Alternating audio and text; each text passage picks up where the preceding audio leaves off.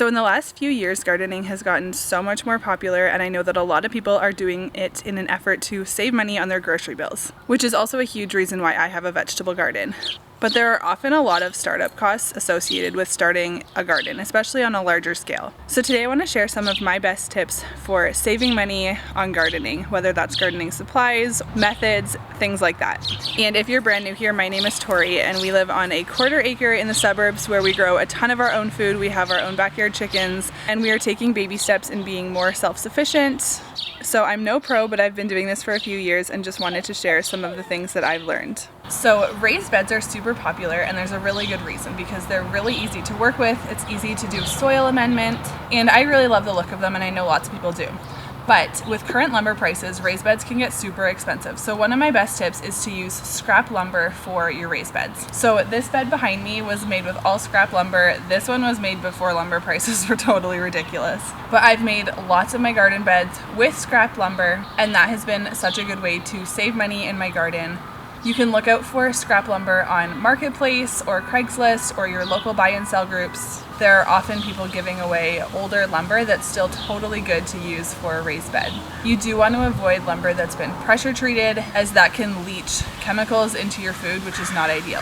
You can also use unconventional items to line your raised beds, like rocks or bricks or twigs or whatever items maybe you have available on your property. Utilizing free soil amendments is a really great way to save money. So when you first start gardening, you might feel like you have to buy lots of different fertilizers and be constantly fertilizing your garden or buying expensive mixes of soil at the store. And I have been talking about using manure for so many years, and I swear by it. It is what has made my soil such good quality. We have really dense clay-like soil here, and it's really hard to grow anything in. But because I've amended it with tons of manure, my soil now is so beautiful and most things thrive in it. So my favorite way is to utilize my local Facebook gardening groups, and there are often people who are just giving away manure, farmers that have huge piles of it. You can try calling your local equestrian center. Often they will have piles of manure. You do want to make sure it's aged manure. You don't want to be putting fresh manure on your garden if you're about to plant stuff in. You can put fresh manure on a garden maybe in the fall and then let it sit over the winter, and then it might be ready to use in the spring. But utilizing a high quality aged manure is so amazing for your garden. And then on that same note, I also love to use compost. So we have our own compost bin. It's nothing fancy. It's literally just a big bin that I put my food scraps in, and yard waste, dead leaves in the fall, all the things like that. And I get beautiful compost a few times a year that I can add to my garden beds. Okay, starting your own plants from seeds is a great way to save money. So lots of people think that they need to go out and buy tons of plants from the nursery. And of course that's an easy option, and that's a good option for lots of people. But if you're on a tight budget, starting your own seeds can be super easy. It just requires a little bit more planning. Obviously you need to start things a little bit earlier in the season, but when you buy one tomato plant from the store, you're going to be paying probably between $4 and $10 per plant, whereas you can buy a package of seeds with 100 seeds for $3 at the store. So you're going to get so much more value for your money starting with seeds. Okay, and then actually just starting your seeds directly in the ground. So none of this stuff here was transplanted. I didn't start any of this inside. I have beets, I have carrots, I have lettuce, I have radishes, I have some onions. This is stuff that was all directly sown into the ground as soon as I could work the soil. And this is really the easiest way to garden. And again, a lot of people think that they need to start all their seeds inside, or they need to get starts for all their seeds. But a lot of plants, especially these root veggies like carrots, beets, radishes, different leafy greens, they actually prefer to just be planted directly in the ground and to never be moved or transplanted. So super easy, super affordable way to grow hundreds of plants. Okay, and then I kind of mentioned this just a minute ago, but that is your local Facebook gardening groups. Seriously, I know that people hate on Facebook, and so many people have deleted their profiles or don't use it at all. Honestly, if you're sleeping on Facebook groups, I highly recommend trying them, because that is such a good way that I have saved money. I am always seeing people give things away for free, whether it's compost or manure, or even nursery pots that you can use to start seedlings, or seed potatoes they have too many of, or tomatoes that they've started in their greenhouse that they have too many of, they don't have space for them. just look up your city or your province or state gardening groups on Facebook, and I guarantee you'll find something, and I bet you'll find some good treasures in there if you watch for them. And then another great way to save money is to swap with friends. So if you have perennials in your yard, maybe you have a lilac bush or lots of herbs like mint or dill, things that grow as perennials, or rhubarb or raspberry plants, strawberry plants, things that come back every year tend to expand. You tend to have lots of them after several years. So maybe you've been really lucky to have a property where you have lots of these things established, or you planted them several years ago yourself and they're super established and you have extra to share with friends.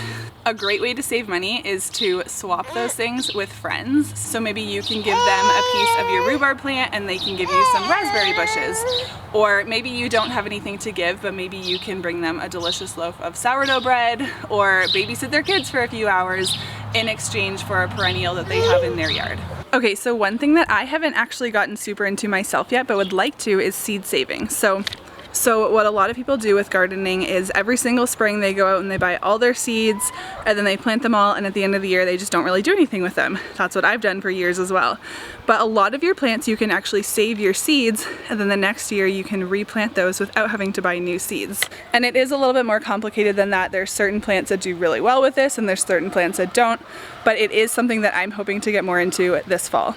Okay, and then using items you already have around your property for trellising, for fencing, for things like that. So we had these like little white picket fence things that the previous owners left behind, so we've used those. We have some more that we're going to use for trellising. Some other things over here.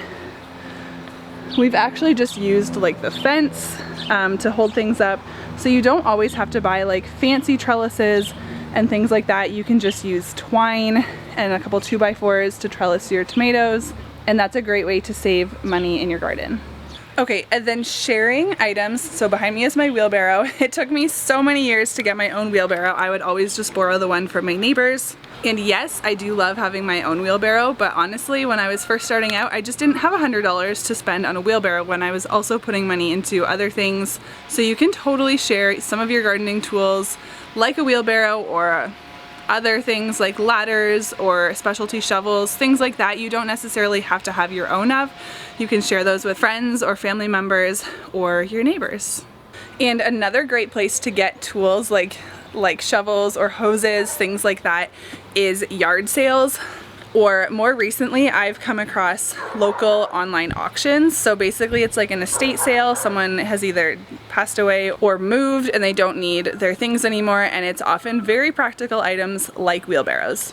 And you can often score things for super, super cheap. So again, just search your current location plus online auctions and maybe something will come up. And then my very last tip is to collect rainwater. So behind me right here is our rain barrel. We have a few of these. My husband just hooked this one up. Collecting rainwater is a great way to save money, and it's just eco-friendly. The water is already falling. You may as well utilize it. And just make sure that wherever you live it's legal to collect rainwater. Some places it's not, which, side note, is just totally insane to me.